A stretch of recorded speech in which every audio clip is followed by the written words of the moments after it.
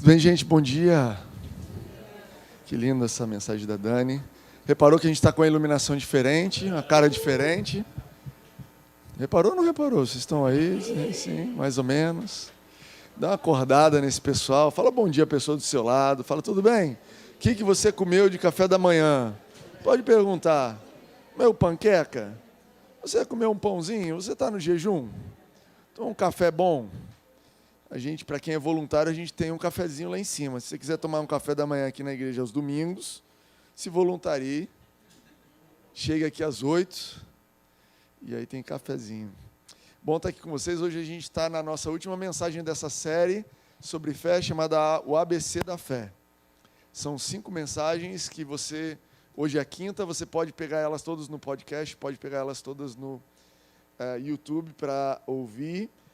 A nossa intenção aqui é que você seja, não que a gente tenha cobrido tudo sobre o assunto fé, mas que você tenha os princípios, os fundamentos no lugar certo. Sabe, nós temos aqui nessa igreja uma expectativa, eu tenho essa expectativa na minha vida, de contrariar as estatísticas do mundo.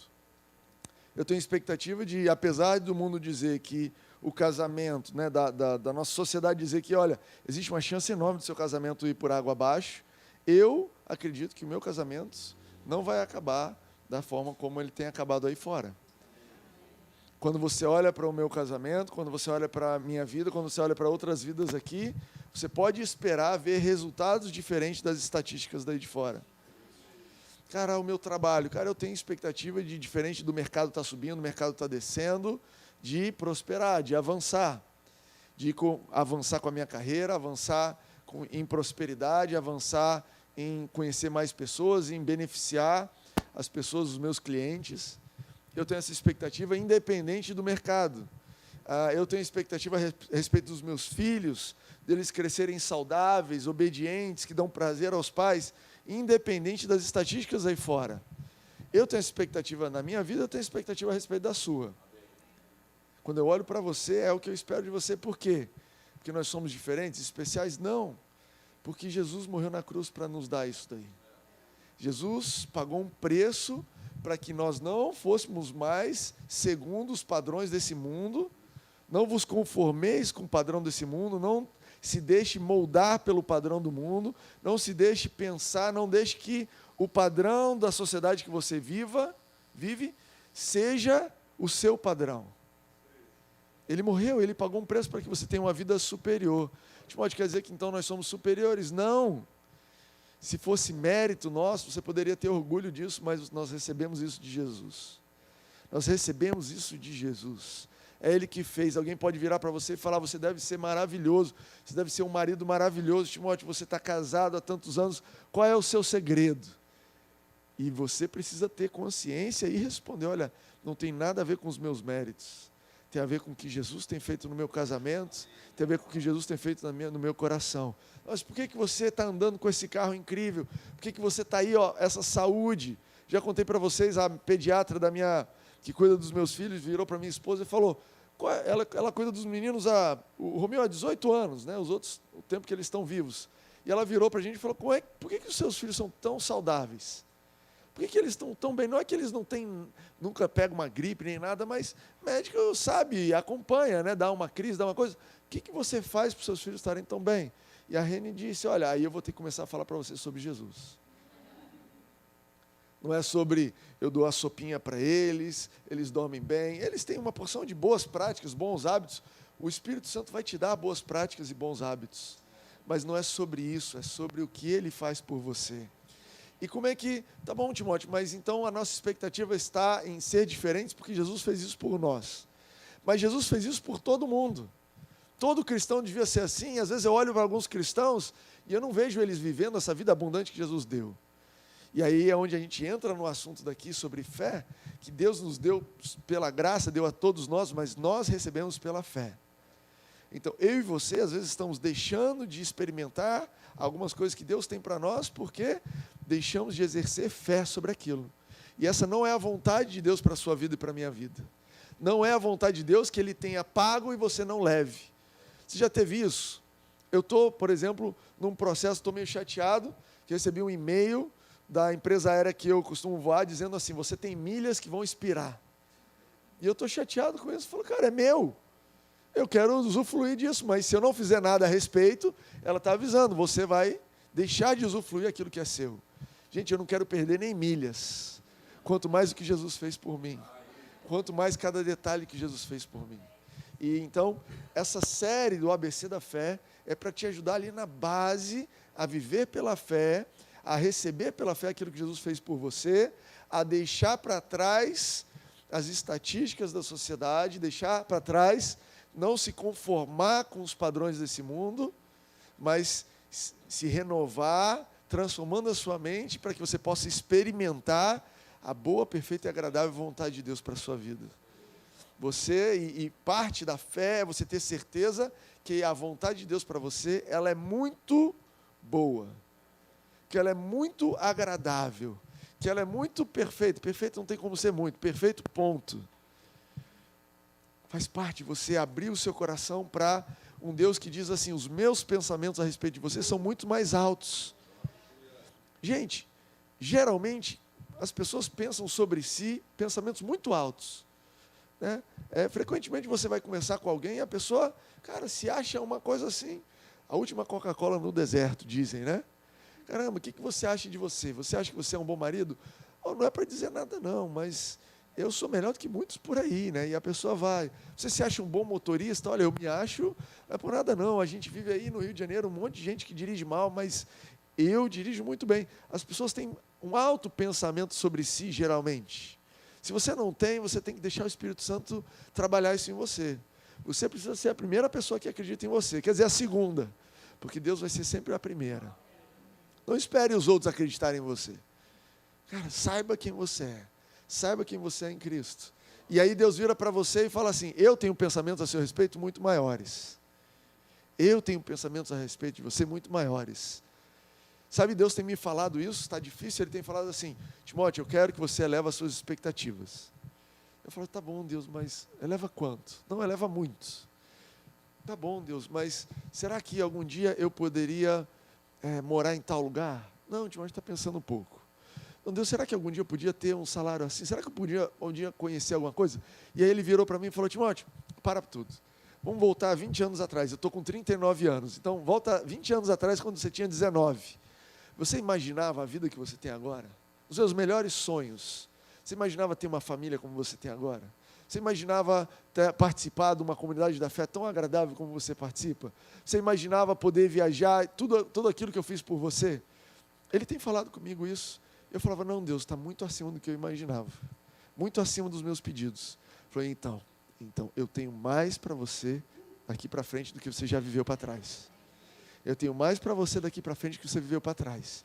E aí a gente começa falando sobre fé, em Hebreus 11, né? A gente passou por isso. Fé é a certeza daquilo que não se vê. Como é que é? A certeza do que se espera, convicção daquilo que nós não vemos. Então a fé é a certeza do que se espera. E eu sinto Deus trabalhando no nosso coração, elevar a nossa expectativa. Aumentar a nossa expectativa. Com base no quê? No que eu quero, com base no último comercial. Legal. Estou vendo esse terno aqui bacana, estou vendo aqui essa viagem para esse lugar, então vou elevar minhas expectativas com base nisso. Não, eu vou elevar a minha expectativa com base na palavra. De que Deus tem muito para mim. Ver na palavra qual a expectativa que a palavra espera que eu tenha. Qual a expectativa que a palavra espera que eu tenha. É isso que eu vou esperar. Eu vou esperar isso aqui e eu vou exercer fé, vou ter certeza. Então a gente começou falando sobre fé, a certeza do que se espera. Convicção. Eu trouxe a mensagem sobre esse Hebreus 11, 1, 2, e eu convidei você a trazer a Bíblia para anotar, para você grifar, para você ter essa palavra firme. Mas se você não trouxe a mensagem, deixa eu ler aqui para você. A mensagem é uma Bíblia que ela não traduz palavra por palavra, mas ela traduz a ideia da mensagem ali naqueles versículos de uma forma muito fiel.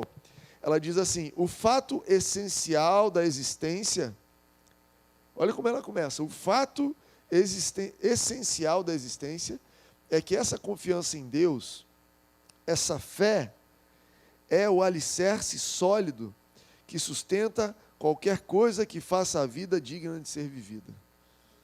Caramba, pegou pesado. A fé, essa fé, é o alicerce sólido que sustenta qualquer coisa que faça a vida ser digna de ser vivida. É pela fé que lidamos com o que não podemos ver.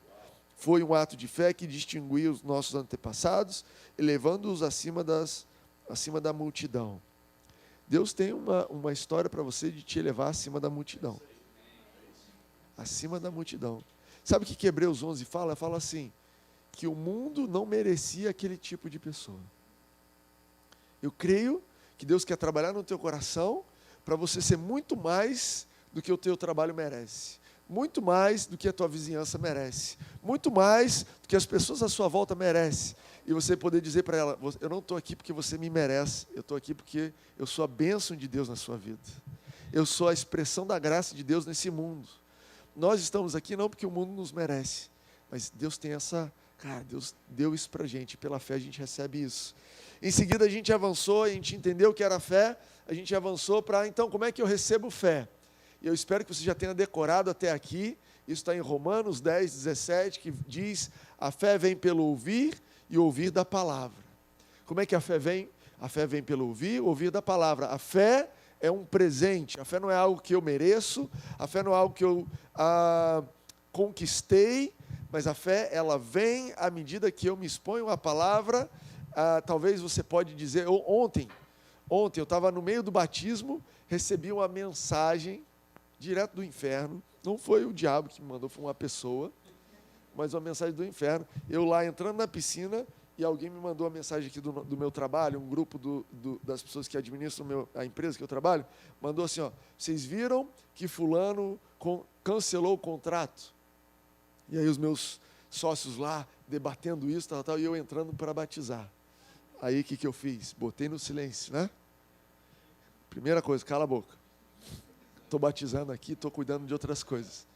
Daqui a pouco, um dos meus sócios ligou para mim, me mandou uma mensagem e falou, você está desesperado? Eu falei, não. Aí ele, como é que você não está desesperado? Não. Ele falou, você está preocupado? Eu falei, não estou preocupado. Ele, por quê? Eu falei, cara, porque maior é o que está em mim do que está no mundo. Eu sei que eu tenho um pai que está cuidando de mim. Eu tenho um pai que está cuidando de mim. E aí ele disse, eu não estou tão confiante. E aí eu respondi para ele, vai alimentar sua fé na palavra. Vai alimentar sua fé na palavra. A palavra é alimento para a fé. À medida que você lê isso daqui, a fé vem. À medida que você se alimenta da palavra, a fé vem. Timóteo, quando eu devo alimentar minha fé? Sempre. Em especial nos momentos de crise. Mas sempre. Você se alimenta sempre ou só quando você está morrendo de fome? Tem gente que só come quando está morrendo de fome. Mas tem gente que sabe, olha, eu não quero ficar com dor de cabeça. Eu não quero passar um apuro. Então, está chegando perto de meio-dia, está na hora de almoço, vamos começar a se movimentar. Alimente a sua fé na palavra. A palavra, ela tem o poder de gerar fé no seu coração. Ela vai gerar fé no seu coração. Timóteo, eu estou meio abalado, eu não estou confiante, como essa pessoa me disse. Vai ler a Bíblia. Vai alimentar, vai ver o que a Bíblia diz. E a gente vai passar por algumas coisas aqui hoje sobre isso. Eu espero que você vai sair aqui cheio de fé, porque nós vamos ministrar a palavra de Deus no seu coração. E aí depois a gente viu que a palavra, ok, você pode entender o que é fé, você pode receber a fé através da palavra, mas ainda assim a fé precisa ser liberada. A gente viu a história daquele homem paralítico ali em Atos 14, a Bíblia diz que Paulo viu que ele tinha fé, mas ele continuava paralítico, e a gente aprendeu que a fé, ela é liberada, ela é colocada para uso, ela é solta através das nossas ações e palavras. Você pode ter muita fé dentro do seu coração, e eu creio que Deus tem te dado fé, mas às vezes falta para nós liberarmos a nossa fé através das nossas palavras, deixar as nossas palavras, as nossas ações concordarem com aquilo que nós dizemos. Muitas vezes eu e você saímos daqui plenamente convencidos do que Deus tem para nós, mas a nossa conversa, as nossas ações não condizem com aquilo que nós cremos. Deus vai fazer o melhor para mim, mas eu vou reclamar uma meia hora aqui para ver se passa. Deus tem o melhor para mim, mas eu vou fazer um plano de fuga caso tudo dê errado. Deus tem o melhor para mim, mas eu vou tratar as pessoas como se isso não fosse verdade. E às vezes a gente perde Não é que a gente perde o que Jesus deu para nós, porque o que Ele deu, a Bíblia diz, Ele não volta atrás no que Ele deu. Mas nós deixamos de experimentar. Eu não quero só ter a bênção de Deus, eu quero experimentar a bênção de Deus. Você entende isso? Não adianta você ter dinheiro no banco, eu quero experimentar o efeito do dinheiro na minha vida. Você entende o que eu estou dizendo? Eu conheço pessoas, tem uma pessoa que está me vindo à mente aqui, tem alguns milhões no banco e vive uma vida absolutamente miserável. Miserável. A pessoa está ali, anda um carro de 1990 e alguma coisa. Cara, você olha para as roupas da pessoa e fala, olha, vamos ali na Taco comprar uma roupa para você, para dar uma melhorada na sua roupa. E o dia que eu descobri que aquela pessoa tem aquele tanto de dinheiro, eu falei, cara, qual é o benefício de ter dinheiro na conta se você não experimentar? Eu quero experimentar. Eu quero experimentar não o dinheiro da sua conta ou da minha conta, eu quero experimentar o que está na minha conta celestial, que Jesus conquistou para mim. Eu quero aquela conta lá. Quero receber e nós precisamos liberar isso através da fé, através das nossas palavras. Amém? Romanos 10 diz assim, pois com o coração se crê para a justiça e com a boca se confessa para a salvação. Da mesma forma como a fé para a salvação ela funciona numa fé do coração liberada com a confissão da boca, assim também a fé para todas as outras coisas. Marcos 11, 22 e 23 diz assim, respondeu Jesus, tenham fé em Deus. Eu asseguro que se alguém disser a esse monte, levanta-te e atire-se no mar, e não duvidar no seu coração, mas crer que acontecerá o que diz, assim será feito. Duas bases bíblicas aqui do que eu estou dizendo para vocês. Não acredite porque o Timóteo está dizendo, vai ler na Bíblia. Tenha uma conversa com Deus e decida se Marcos 11 faz parte da sua Bíblia, se Romanos 10 faz parte da sua Bíblia. Se você chegar à conclusão que não, rasga, fala, eu vou viver o resto da Bíblia, mas essa parte aqui eu não acredito. Seja honesto com você. Ou então, pare e fale, olha, eu preciso entender, eu preciso aceitar. Jesus, me mostra esse caminho dessa vida pela fé que é liberada através das minhas palavras. E é interessante, né, que essa lei sobre a fé ser expressa através das nossas palavras, ela não é algo restrito a quem crê. Essa é uma lei espiritual universal, independente de você acreditar nisso ou não. Eu disse aqui na semana passada, a gente encerrou eu dizendo, olha, a sua boca está sempre dizendo, o que você diz é sempre a sua fé falando. A sua conversa, ela sempre vai expressar o seu coração. Então, tome cuidado com o que você conversa. Tome cuidado com o que você fala. E aí, essa é uma regra que não depende de você entender. Você entende que existem leis no universo que não depende de você entender ela ou não? Por exemplo, existe uma lei no universo chamada gravidade. Essa lei, ela sempre funcionou. 5.000 anos atrás, a pessoa pulava a gravidade e puxava ela para baixo. 5.000 anos atrás, a pessoa escorregava, caía no chão, machucava. No século 17, Newton descreveu a lei da gravidade. Newton não inventou a gravidade, ele apenas descreveu a gravidade. Vocês entendem isso, né? Todo mundo aqui foi para a escola, faculdade, tal, entende? Lei de Newton, a gravidade. Porém, ela funciona. Se uma pessoa não sabe sobre Newton hoje, a lei da gravidade funciona ou não? O que Newton ajudou a gente? A lidar com a gravidade. É assim que funciona. Então, como é que a gente pode cooperar com a gravidade? Como é que a gente pode lidar com a gravidade? E como é que a gente pode usar a gravidade para o nosso próprio benefício? Entende isso? Newton nos ajudou nessa forma. Da mesma forma, existe uma lei celestial, existe uma lei espiritual, eu acredito, que diz que a sua fé, ela é expressa pelas suas palavras e você vai receber exatamente o que você diz na sua vida. E eu quero trazer vocês para uma história do Velho Testamento, quando Jesus ainda não tinha sido revelado, Jesus ainda era simbólico, ele estava ali, mas não revelado, quando Romanos não tinha sido escrito, quando Marcos 11 não tinha sido escrito, porém, a mesma coisa ainda funcionava. E eu quero trazer para vocês essa história de Números 13. A Bíblia fala, é interessante, a Bíblia fala em 1 Coríntios 4, 6, fala que o Velho Testamento foi escrito como símbolo e exemplo para nós. Então nós não desenvolvemos doutrina no Velho Testamento, mas nós lemos o Velho Testamento como exemplos para nós. E aí eu quero ler essa história aqui, Eu vou te dar o contexto. O contexto aqui é: o povo de Israel foi liberto do Egito, o povo de Israel peregrinou pelo deserto, conduzido por Deus. Isso não é um fato bíblico apenas, você tem fatos, evidências históricas no deserto, você tem um povo inteiro, você tem... É uma questão histórica isso daqui, isso aqui não é algo inventado, não é historinha para você acreditar. E o povo, quando ele chegou diante da terra de Canaã, então Deus prometeu àqueles escravos, aqueles descendentes de Abraão, falou: ó, vem que eu vou levar vocês para uma terra que mana leite e mel, uma terra de abundância, vou tirar vocês aqui do Egito, onde vocês são escravos, vou levar vocês para uma terra prometida. A jornada foi num deserto, mas quando eles chegaram na beira desse deserto, eles enviaram 12 espiões para espionar a terra. Não sei se você conhece essa história, mas essa é uma história da geração nova, de neném, de criança. Se você frequentou aqui a nossa geração nova, você vai saber essa história. Se você não sabe essa história, pega ali Números 13 e vai lendo. Mas aí eu queria ler com vocês o final, o relatório, ou seja, o que é que esses 12 espiões disseram do que eles observaram.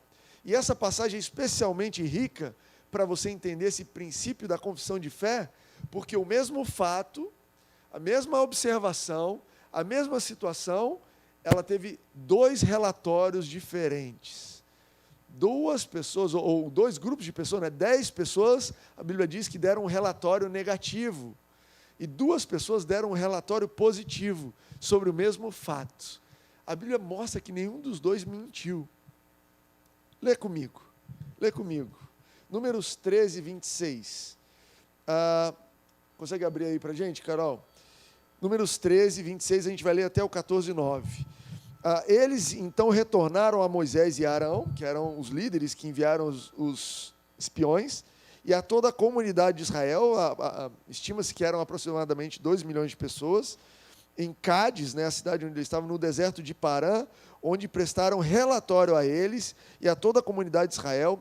Eles mostraram os frutos da terra. Então, eles pegaram e trouxeram evidências dessa terra prometida que Deus tinha prometido. Verso 27. E deram o seguinte relatório a Moisés: entramos na terra a qual você nos enviou, onde há leite e mel, com fartura. Aqui estão alguns frutos dela. Diz que precisava de 2 homens para carregar um cacho de uva, para vocês terem ideia.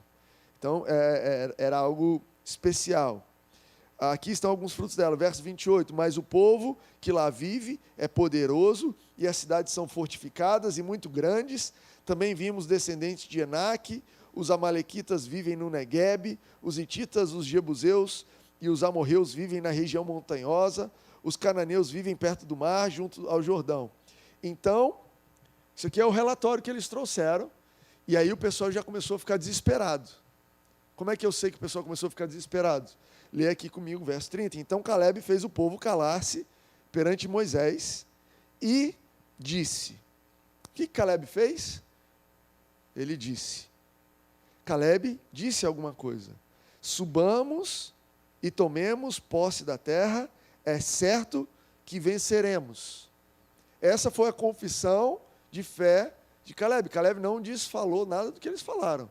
Não falou que não tem aquele inimigo, não falou que é difícil, não desfalou nada, não falou: eles estão mentindo, não é nada disso. Mas ele disse: vamos possuir, porque a gente vai vencer. Continua comigo, verso 31. Mas os homens que tinham ido com ele, eram 12 espiões, 10 espiões, o que eles fizeram? Eles disseram. Eles fizeram a confissão de fé deles. Caleb fez a confissão de fé dele, os outros 10 fizeram outra confissão de fé, verso 31 ainda. Não podemos atacar aquele povo, é mais forte do que nós. E espalharam entre os israelitas um relatório negativo acerca daquela terra. Eles passaram um relatório negativo a respeito daquela terra. Disseram, de novo, outra confissão de fé, ou a mesma: a terra para a qual fomos em missão de reconhecimento devora os que nela vivem. Todos os que vimos são de grande estatura. Vimos também os gigantes, descendentes de Enaque, diante de quem parecíamos gafanhotos a nós e a eles. Olha a confissão de fé dos 10 espiões. Cara, essa terra vai engolir a gente. Só tem gigante, a gente é pequenininho. Gente, eles não estavam mentindo. Eram gigantes mesmo. Eram gigantes mesmo. Não se trata de falar a verdade ou de mentir. Se trata de usar a sua boca para expressar a sua fé. Expressar o que você crê. Onde é que está a sua fé? Está em descrever o tamanho do problema ou descrever o tamanho do Deus que está cuidando do problema? Caminha comigo, capítulo 14, verso 1. Naquela noite, toda a comunidade começou a chorar em alta voz. 2 milhões de pessoas desesperadas por um relatório negativo. Todos os israelitas queixaram-se contra Moisés, contra Arão, e toda a comunidade lhes disse. Quem foi que disse? Todo mundo. E eles fizeram uma confissão de fé perante a Moisés e Arão. Quem dera tivéssemos morrido no Egito, ou neste deserto, porque o Senhor está nos trazendo para essa terra? Só para nos deixar cair a espada? Nossas mulheres e nossos filhos serão tomadas como despojo de guerra. Não seria melhor voltar para o Egito? Disseram uns aos outros: escolheremos um chefe e voltaremos para o Egito. Essa foi a confissão de fé. Gente, eles não sabiam sobre Marcos 11, 22, 23. Eles não sabiam sobre Romanos 10, 10. Mas, independente deles saberem sobre o princípio da confissão de fé, é uma lei espiritual que estava valendo naquele momento, assim como vale na sua vida. E eles estavam fazendo a confissão de fé deles, que eles disseram: era melhor se a gente tivesse morrido no deserto. É o que eles disseram. Continua aqui comigo, verso 5. Então Moisés e Arão prostraram-se com o rosto em terra, diante de toda a assembleia dos israelitas. Josué, filho de Num, e Calebe, esses são os 2 espiões que deram um relatório diferente. Josué, filho de Num, e Calebe, filho de Jefoné, dentre os que haviam observado a terra, rasgaram suas vestes e disseram. Repete comigo: e disseram. Eles fizeram uma confissão de fé no meio desse caos. Pessoas desesperadas, pessoas querendo voltar. Gente, eu imagino vocês aqui resolvendo reclamar com a gente. Eu não ia aguentar. Somos 100 e alguma coisa pessoas aqui no máximo. Eu já ia falar: meu Deus do céu, quem que aguenta isso? Eu vou falar a verdade para você, quando eu entro no meu carro, tem 3 crianças atrás reclamando, já é gente demais. A gente está falando aqui de 2 milhões de pessoas reclamando. 2 milhões de pessoas reclamando. E o que é que eles fizeram? Eles disseram.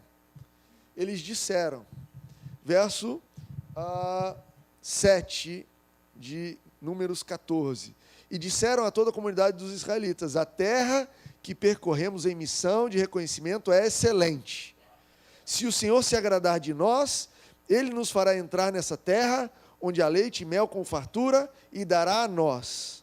Somente não sejam rebeldes contra o Senhor, e não tenham medo do povo da terra, porque nós os devoraremos como se fossem pão. A proteção deles se foi, mas o Senhor está conosco, não tenham medo deles. Gente, nenhum dos 2 lados mentiu. E você sabe o resto da história? Os 2 lados receberam o que eles disseram. Você sabe que o resto da história é que o povo voltou para o deserto, ficou 40 anos, até que todos eles morressem, exceto Josué e Calebe, que entraram na terra, possuíram a terra. Calebe, inclusive, tomou o lugar mais alto, com mais gigantes. Ele, pessoalmente, foi lá, junto com o seu povo, junto com a sua família, e tomou, e não perderam uma batalha sequer. A Bíblia fala que Josué nunca perdeu uma batalha na sua jornada toda. Cada um recebeu o que disse, mesma situação, 2 confissões de fé. Eu estou te dizendo isso porque, às vezes, você pode achar que confissão de fé é a respeito de descrever a situação, e mas você pode ter um relatório com base no problema, ou um relatório com base na solução. Em nenhum momento Josué e Calebe falaram: é fácil. Mas eles falaram: olha, Deus é por nós. Se Deus nos deu, tá dado. Nosso Deus é poderoso para nos entregar isso daí. Você pode dizer isso a respeito dos seus problemas? Você consegue dizer isso a respeito das situações que você está vivendo? Você tem fé para olhar para a sua vida e falar: sim, tem isso, tem aquilo, sim, os gigantes são grandes, sim, às vezes aos meus olhos eu sou muito menor do que esse problema, mas eu tenho um Deus que está por mim, e Ele prometeu e as coisas vão acontecer. Sim, o meu filho está com uma questão aqui de saúde, sim, eu estou sentindo aquilo, mas a palavra de Deus diz isso, e eu vou ficar com a palavra de Deus. eu vou ficar com a palavra de Deus. Sabe? Cara, eu estou falando para vocês uma história muito clara sobre o poder da confissão de fé para liberar a sua fé e a minha fé. Agora eu quero avançar nesse pouquinho de tempo que a gente tem. Eu quero te dizer o seguinte: a fé, ela cresce. Nós recebemos de Deus, fé vem pelo ouvir, é dom de Deus, mas a fé cresce à medida que você e eu usamos e exercitamos a fé. Você acredita em mim? Anota aí para a gente percorrer rapidinho, mas 2 Tessalonicenses 1,3 diz assim: irmãos, devemos sempre dar graças a Deus por vocês, isso é justo, porque a fé que vocês têm cresce cada vez mais, e muito aumenta o amor de todos vocês uns pelos outros. Como é que a fé cresce? Ao ser exercitada. Eu estou dizendo para você que à medida que você se depara com situações onde o que você vê contradiz o que a palavra de Deus fala, ali existe uma oportunidade de fé. Você entende isso? Se você está vendo, não tem espaço para fé ali, porque a fé é a certeza do que se espera, a convicção do que não se vê.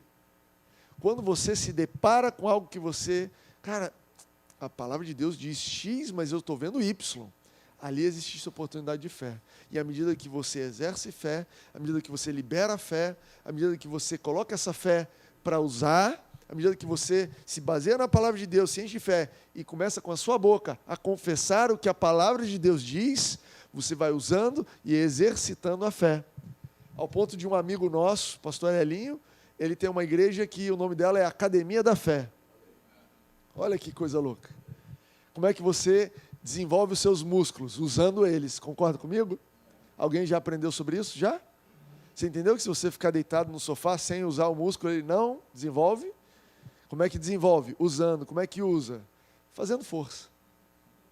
Fazendo força. Como é que você desenvolve? Cara, empurra, fica dolorido no outro dia. Você que malha sabe, se ficou dolorido no outro dia, aí está funcionando. Se você voltou para casa tranquilo, não tem nenhuma dorzinha, você precisa exercitar melhor. Você não está fazendo o que você precisa para exercitar, você está dentro da sua zona de conforto. E a mesma coisa é a nossa fé. A nossa fé, ela se desenvolve. Eu não tenho uma base bíblica para dizer, eu não vou chegar a dizer que você precisa sentir uma dorzinha. Mas um incômodo pode, acho que é ali. Você tem um desconforto, você está desconfortável, por quê? Porque o que eu estou crendo e o que eu estou vendo estão em conflito. É por aí. É por aí. O que você está crendo está na palavra, você está confessando aquilo que está no seu coração, não se trata de uma confissão positiva. Eu vou confessar aqui uma Ferrari ali. Mas você acredita uma Ferrari ali no seu coração? Não sei. Então não funciona. Não se trata de sair falando. A Bíblia não diz que tudo que você falar vai acontecer, pelo amor de Deus. Não é isso que a Bíblia está dizendo. A Bíblia está dizendo que se com o coração você crê e com a boca confessar, vai acontecer. A confissão daqueles espiões se baseava numa fé. Começa numa fé interna no seu coração. Agora eu quero terminar te dando essa última dica aqui. E a dica é a seguinte: a fé que move montanhas, a fé que recebe o que Deus tem para nós, ela é do coração, não é da mente. Ela é do coração, não é da mente. Por coração aqui, a Bíblia está apontando pela essência da nossa vida. Ela é do seu espírito. Presta atenção que eu vou te dizer. Existem momentos que você vai crer com o coração e duvidar com a mente. A fé que vem do coração, é confessada com a boca, mas tem dúvida na mente, funciona. Vou repetir essa sequência aqui. É intenso. A fé que vem do coração, é confessada com a boca, mas tem dúvida na cabeça, funciona. Porque a Bíblia não diz nada sobre você ter dúvida ou ter convicção na sua cabeça. A Bíblia fala se você crê com o seu coração. Então existe uma diferença entre crer com a cabeça e crer com o coração.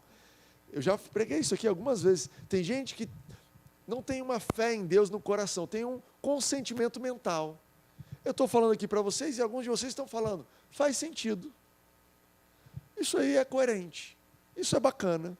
E eu vou dizer para você, esse é o começo da fé. Mas isso não é fé do coração. A fé, ela começa com um consentimento mental, mas ela desce para o coração e passa a ser uma convicção de vida. Uma convicção. Como é que você sabe que você está salvo?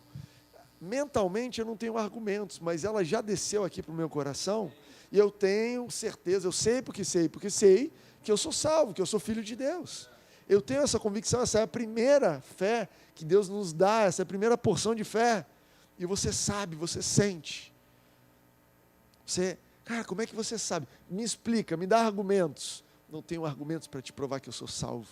Eu só sei porque sei. Talvez o único argumento que eu posso te dar é a palavra que diz: se crer com o coração e com a boca confessar, será salvo. Esse é o meu argumento, esse é o único argumento que eu preciso para o meu coração e eu creio.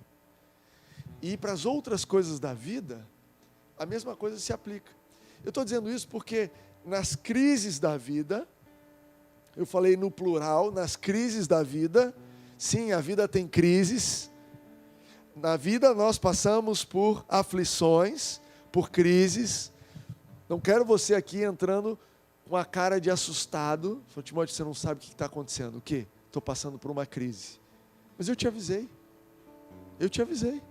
A vida tem crises.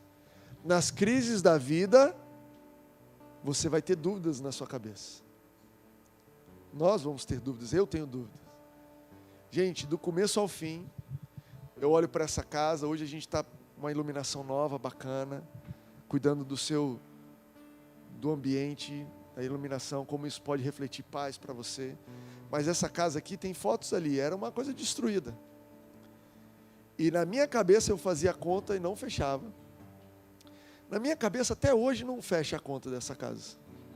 Até hoje eu não sei como é que a gente reformou essa casa e chegou aqui. Não sei. Mas no meu coração eu tinha convicção que era o que a gente precisava fazer. Você sabe viver nesse lugar? Onde com a sua cabeça você tem dúvidas, na sua cabeça você não sabe como vai ser, com a sua cabeça a conta não fecha, mas no seu coração você tem uma fé que vem de uma promessa da palavra, não é uma coisa que você inventou, mas é uma convicção do que Deus diz para você, e você sabe porque sabe que aquilo vai acontecer. Você começa a falar não com base na sua cabeça, mas com base naquilo que você está. É a diferença dos dois grupos de espia. Um grupo de espiões, eles falaram do que a cabeça deles entendia. Olha, a minha cabeça entende 3 metros de altura, 1,5 metro de altura. Minha mente entende uma cidade fortificada e a gente não tem arma. Lembra, eles saíram como escravos, eles tinham arma. A minha cabeça entende e a minha confissão se aliou com a minha cabeça. Mas os outros estavam falando do que eles criam no coração deles. Deus vai fazer alguma coisa. Deus vai fazer alguma coisa. Em Josué capítulo 1, você vê eles tomando posse. Daqui a pouco você vai ver eles tomando Jericó, a primeira cidade fortificada. Como é que eles tomaram aquilo ali? No grito. Já ouviu falar, você não vai ganhar no grito? Eles ganharam no grito.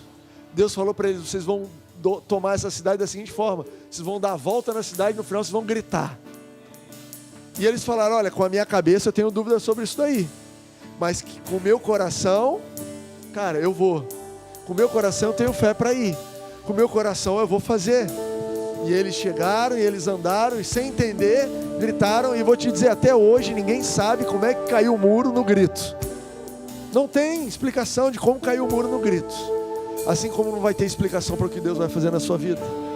Não vai ter explicação. Alguém vai falar: olha, eu só sei que é assim, eu não sei o que aconteceu. Começou assim, depois foi para assado, eu sei que eu estou aqui. Como é que teu casamento está saudável? Eu não sei. A gente se odiava, pensei em matar, ela pensou em matar. De repente Deus fez um milagre no meu coração, no dela, e a gente está aqui vivendo a abundância de Deus. Cara, como é que você chegou onde você está? Como é que Deus salvou a tua família? Como é que Deus mudou a tua família? Eu não sei. Eu sei que meus filhos mudaram. Eu sei que meus filhos, alguém chegou perto deles e começou a confessar a palavra, e eles creram e eles foram salvos. Eu não sei como, a minha cabeça ainda tem dúvidas sobre até o passado, mas com o coração eu creio. É dessa forma que você vai exercitar e crescer essa fé, amém? Fica de pé. Nós queremos encerrar cantando, te dando espaço para você confessar a fé, para você dizer a respeito da sua vida.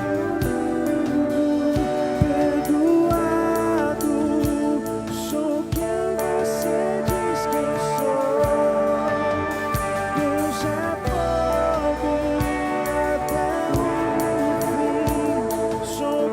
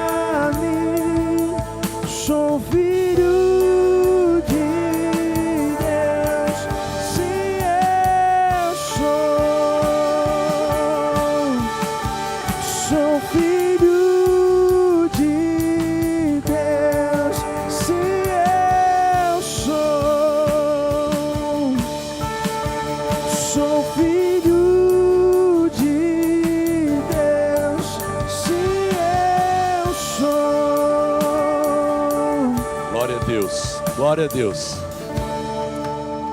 Gente, eu não quero apenas abençoar a sua semana. Já estaria bom, né? Uma semana abençoada. Eu não quero abençoar apenas o mês de julho. Está começando o mês de julho. Ontem começou o mês de julho. Mas eu quero lançar uma palavra profética que gere fé no seu coração com relação a esse segundo semestre. Esses próximos 6 meses serão meses incríveis na sua vida. Meses de crescimento, de rompimento de limites. Esses próximos 6 meses serão 6 meses de rompimento de limites na sua vida em todas as áreas. Creia e receba em nome de Jesus. Estamos terminados. Não saia sem dar um abraço em pelo menos 2, 3 pessoas. E saiam rápido, que daqui a pouco a gente começa o segundo culto. Deus abençoe vocês.